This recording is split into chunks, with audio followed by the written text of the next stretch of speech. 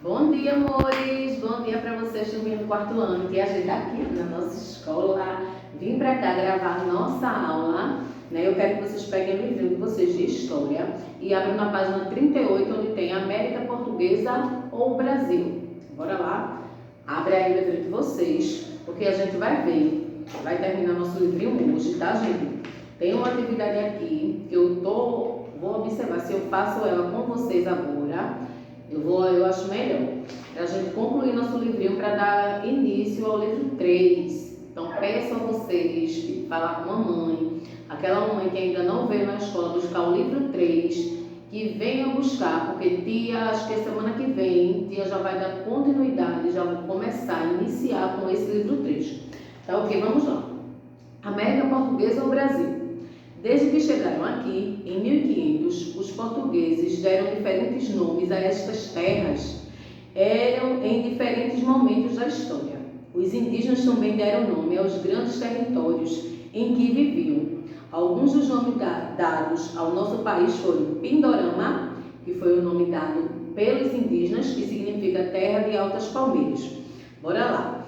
Ilha de Veracruz, em 1500, Terra dos Papagaios, em 1501, Terra de Veracruz, em 1503, Terra de Santa Cruz, também em 1503, Terra do Brasil, em 1505 e Brasil, a partir de 1527, nomeações usadas pelos portugueses. Então, foi em Brasil, né, que se pôs um fim a esses nomes, a grande variedade de nomes dados ao Brasil. Então, é importante perceber que o Brasil daquela época de 1500 era muito diferente do Brasil de nossos dias. Em 1500, as terras que mais tarde formariam o Brasil não tinham fronteiras definidas. Nosso país não tinha o tamanho que tem hoje. Nem os exploradores portugueses que vieram para cá sentiam-se pertencentes a este território. Por isso, é comum que muitos historiadores concordem que o melhor nome para essa terra ao longo do século XVI seja América Portuguesa e não Brasil. Ao longo de seus estudos,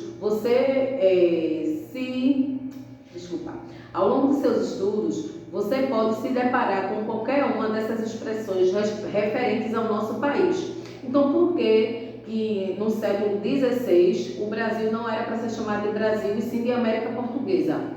Porque os portugueses aqui viviam, aqui chegaram, aqui viviam, se apossaram de nossas terras. Então, a América, porque o Brasil faz parte da América do Sul, portuguesa, porque os portugueses eram quem mandavam em nossas terras. Então, a quem ficou curioso, embaixo tem aqui, estão vendo aí, um mapa aí bonito. Embaixo tem assim, ficou curioso com muitos textos, fotografias e ilustrações. O livro Pau-Brasil, de Regina Casé e Estevão Civiata, fala sobre as características do pau-brasil. Olha que interessante. Então, tem um livro aí de Regina Casé, que é uma apresentadora, e Estevão Civiata, que fala sobre as características dessa árvore, que foi tão importante para o nosso povo. Bora lá, que hoje se encontra em extinção, tá, gente? Na página 39 tem aí, descobrimento ou invasão. Bora lá. Atualmente é comum que a expressão descobrimento do Brasil seja criticada pelos historiadores e outros pesquisadores que estudam a história do nosso país. Por que seja criticada? Porque, como a tia já falou, nossas terras, os portugueses dizem que descobriram, mas nossas terras já eram habitadas pelos indígenas. Então, eles não, ao nosso entender, diz que eles não descobriram, e sim que eles encontraram essas terras. Bora lá. Isso acontece porque, como você sabe, os povos indígenas já viviam aqui em outras regiões do continente americano havia muito tempo. Para refletir um pouco mais sobre esse assunto, leia o texto sugerido a seguir. Tem aí. Durante muito tempo, os historiadores utilizaram a palavra descobrimento para explicar a chegada dos europeus às Américas. Entretanto, a partir do ano 2000, durante as comemorações dos 500 anos dessa chegada, o termo entrou em discussão. A grande questão era conceitual, ou seja, descobre-se algo que já estava escondido ou alguém que ninguém sabia da existência? Ora, o continente americano nunca esteve escondido. Se usarmos a lógica de que os europeus não conheciam as Américas e por isso a descobriram, teremos que levar em consideração que os americanos também não conheciam a Europa e nem por isso, ao saberem de sua existência, declararam sua terra descoberta. Verdade, gente. Se a gente for refletir, né, sobre isso aí, tem sentido, tem bastante sentido. No desafio tem assim: com base em seus conhecimentos de história e no que você estudou até aqui, o que significa dizer que o continente americano nunca esteve escondido? Debata com seus colegas por que ele nunca esteve escondido, né, gente? Porque aqui já habitavam pessoas, a nossa terra já habitavam pessoas aqui na América, então esse continente não estava escondido. Então vocês vão aí colocar aí, né, no livro de vocês, ou até mesmo se era mais um debate, se a gente tivesse em sala de aula, ia escutar, né, a opinião de todos vocês. Estou com uma saudade tão grande disso, de tia fazer uma pergunta e vocês participarem com tia, tá debatendo. Eu amo, né? Mas vamos lá, continuando. Em 1500, o território hoje considerado brasileiro era ocupado por cerca de 5 milhões de indígenas, que se espalhavam por várias áreas, concentrando-se principalmente na floresta amazônica. Nesse período, Portugal tinha uma população de aproximadamente 1 milhão de pessoas, ou seja, bem menor que as das terras encontradas em 1500. Se aqui, em nossas terras, haviam 5 milhões de indígenas, e em Portugal, naquele país, né, de Portugal, haviam apenas 1 milhão de pessoas, então era bem menor, 4 vezes menor do que os habitantes de nossas terras, que eram os indígenas. Bora lá. Por isso, o território não estava vazio à espera de ser descoberto. Muitos estudiosos dizem até mesmo que a chegada dos portugueses foi algo mais parecido com uma invasão. Verdade, gente. É o mesmo que vamos se colocar no lugar dos indígenas. Você está ali na sua casa, né? Porque o Brasil era a casa dos indígenas, né? Você está na sua casa. De repente chegam pessoas que você nunca viu. Bora imaginar. Você está ali na sua casinha, né? Você e seus familiares. De repente chegam pessoas em sua casa que você nunca viu, com hábitos totalmente diferentes dos seus, com língua, né? A língua que eles não entendiam, que você também não ia entender. Então chega e se aposta de sua casa. E aí? Foi isso que os portugueses fizeram com os indígenas. Então será que vocês iam gostar disso? Pessoas estranhas chegarem na sua casa, entrar, tomar conta, tomar posse do que é seu, ali da sua casa, das suas coisas, querer mudar o seu costume, né? O seu costume, a sua cultura ali, o que você está, a sua cultura, será? Então é difícil, gente, é muito difícil. Então foi isso que os portugueses fizeram aqui com nossos índios. Chegaram, apossaram das terras, quiseram mudar a cultura indígena, quiseram impor sua cultura, seus costumes.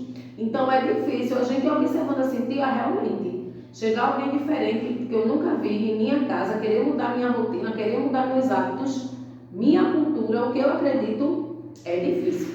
Bora lá. Então, esse é um assunto que merece ser discutido, inclusive pelos historiadores indígenas. Afinal, o conhecimento histórico sobre nosso passado está em constante construção. E com o passar do tempo e com novas descobertas, podemos compreender melhor eventos ocorridos há muito tempo. Então, por isso que a história é uma matéria viva, ela não está morta, não está parada, porque o fato já aconteceu. Pelo contrário, é uma matéria que está atuante, é uma matéria viva, porque novos fatos vão sendo descobertos, novas questões vão sendo postas para que os historiadores estudem para passar para a nova geração, uma nova geração crítica, pensante do que aconteceu no passado.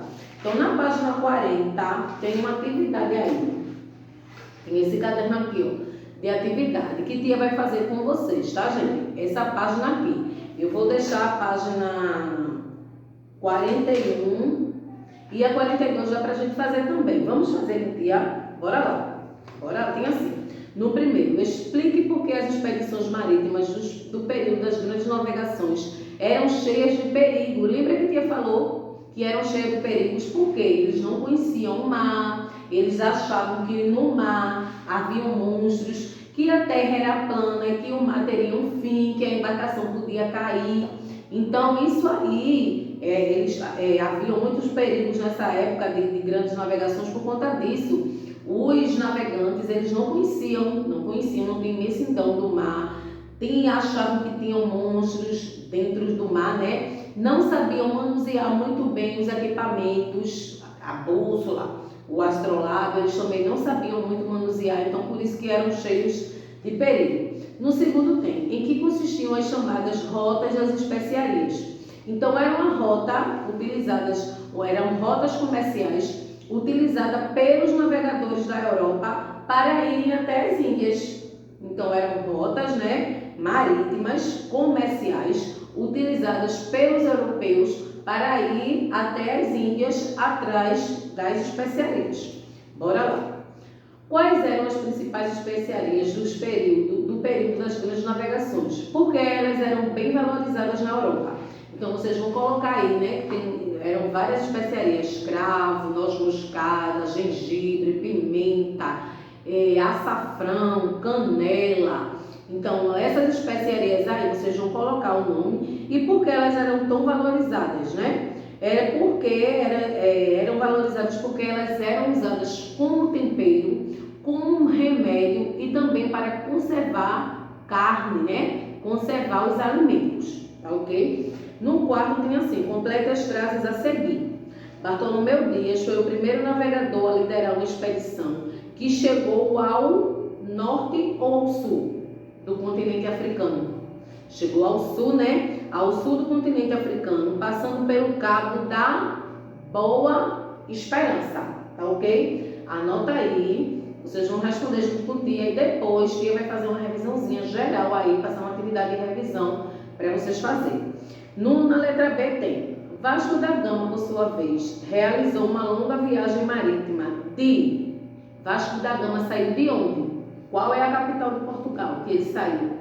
Lisboa até Calicut, nas Índias. Então ele saiu de lá, de Lisboa, em Portugal, e chegou até Calicut, que fica nas Índias. Bora lá. Aqui tem uma pesquisa.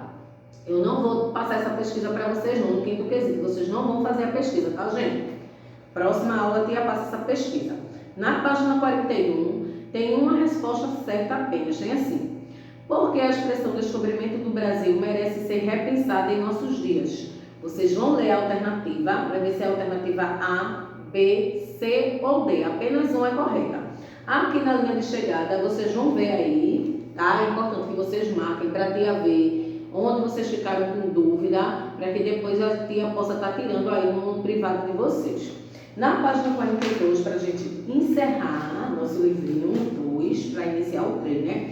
Tem aí: vamos relembrar o que aprendemos neste bimestre. Eu aprendi que a ocupação do território, que hoje compreende qual é o nosso território? Brasil, muito bem. Ocorreu ao longo de muito tempo, com diversas ondas de povoamento formadas por antigos grupos humanos. Os antigos grupos humanos que viviam no território que hoje compreende o Brasil eram, a princípio, caçadores e eles caçavam e colhiam. Então, eles eram caçadores e coletores. Bora lá. Com o passar do tempo, muitos deles começaram a praticar agricultura e a criar animais, eles deixaram de ser nômades, ou seja, de estar se deslocando de um lugar para o outro e passaram a ser o quê? Sedentários. Depois que eles descobriram a agricultura e a pecuária, eles deixaram de ser nômades e passaram a ser sedentários. Bora lá. Eu também aprendi que os antigos grupos humanos que se estabeleceram no Brasil sabiam fazer objetos de cerâmica, né? Como potes, jarros, vasos, urnas funerárias, entre outros. Constituem um período em que os europeus, em especial os portugueses e espanhóis, lançaram-se aos mares. As grandes navegações. Então, aí, constitui o período em que os europeus, em especial os portugueses e os espanhóis, lançaram-se aos mares. Bora lá. Os europeus daquele período, né, do século XV e XVI, pretendiam encontrar um novo caminho marítimo para as Índias. Então, eles queriam ali encontrar um novo caminho. Eles não queriam se chocar com os italianos que já faziam aí essa rota, né, para buscar as especiarias. Então, eles não queriam se chocar para evitar confronto. Então, eles procuraram outro caminho. Bora lá. Conheci um pouco da vida dos navegadores nas embarcações, inclusive a principal doença que acometia a tripulação, que era o que Tia falou? O escorbuto. Isso mesmo. Era uma doença que atingia aí os navegantes, né? A tripulação aí que saía nas grandes navegações. E também falei que essa doença também passou a atingir os escravos quando eles foram trazidos para cá. Bora lá. Também descobri que os portugueses chegaram às terras do Brasil em que ano? 1500. Aí tem aí, ó, quando os portugueses chegaram ao território que hoje é compreendido como Brasil, existiam milhões de quê? De indígenas aqui. E por isso podemos considerar que a chegada dos portugueses não foi uma descoberta, não foi. Eles podem ter encontrado nas nossas terras, né? Mas eles não descobriram. Então, os portugueses, essa chegada dos portugueses não foi uma descoberta. O primeiro produto explorado pelos portugueses nas terras que mais tarde formariam o Brasil foi o nome do Brasil, né? Pau-Brasil. Então, foi o primeiro aí produto explorado pelos portugueses. Pronto, gente. Vou ficando por aqui. Não vai ter atividade de geografia porque terminamos o livro a semana passada. Vou deixar essa atividade de história. A gente respondeu junto. Vocês vão responder aí a página 40, 41 e 42. Qualquer dúvida que não entender, tia, não entendi tal quesito, pode me chamar no privado. Tia, não entendi tal quesito, tia vai estar explicando aí para vocês, meus amores, certo? Lembrando, pede para a mamãe vir buscar o livrinho 3, porque na próxima aula a gente já vai iniciar com ele, tá? Beijos, amores, e até a próxima aula.